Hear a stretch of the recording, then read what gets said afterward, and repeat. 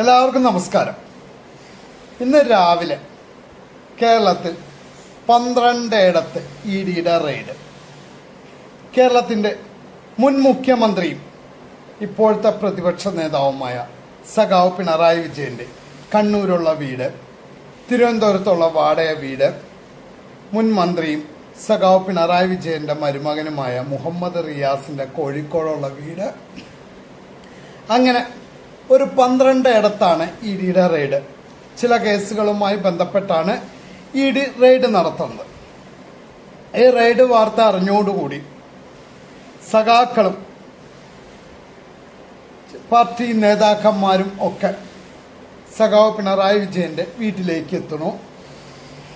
CPM-ന്റെ സംസ്ഥാന കമ്മിറ്റി ഓൺലൈനിലും AKG സെന്ററിലും ഉള്ളവരൊക്കെ അവിടെ ഇരുത്തിയിട്ടൊക്കെ കമ്മിറ്റി കൂടുന്നു.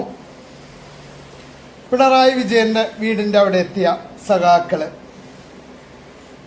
ഇഡിക്കെതിരെ ഗംഭീരമായ മുദ്രാവാക്യം വിളിക്കണം, ഇഡിക്കെതിരെ പ്രതിഷേധം നടത്തണം, അങ്ങനെയൊക്കെയുള്ള കാര്യങ്ങളൊക്കെ ഗംഭീരമായിട്ട് അവിടെ അങ്ങനെ നടന്നുകൊണ്ടിരിക്കണം.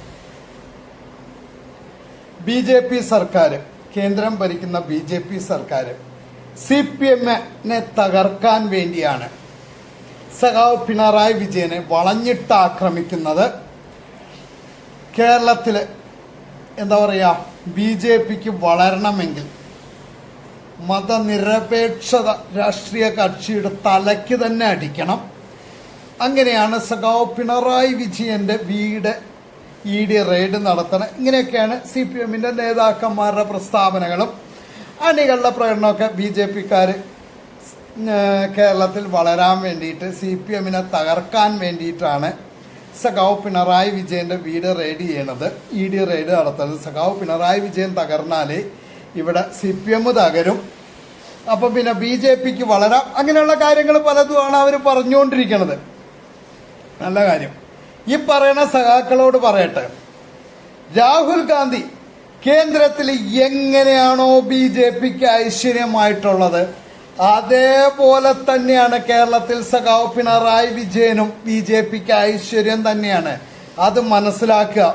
നിങ്ങൾ കഴിഞ്ഞ കുറച്ച് വർഷത്തെ കണക്കെടുത്ത് നോക്കിയേ, BJPക്ക് ഏറ്റവും കൂടുതൽ വളർച്ച ഉണ്ടായിരിക്കുന്നത് സഖാവ് പിണറായി വിജയൻ കേരളത്തിന്റെ മുഖ്യമന്ത്രി ആയപ്പോഴാണ്. സഖാവ് പിണറായി വിജയന്റെ കാലത്താണ് കേരളത്തിലെ BJPക്ക് 3 MLA-മാര് വന്നത്. സഖാവ് പിണറായി വിജയൻ ഭരണകാലത്താണ് BJPക്ക് ഒരു കോർപ്പറേഷന്റെ ഭരണം കിട്ടിയത്, തിരുവനന്തപുരം കോർപ്പറേഷൻ.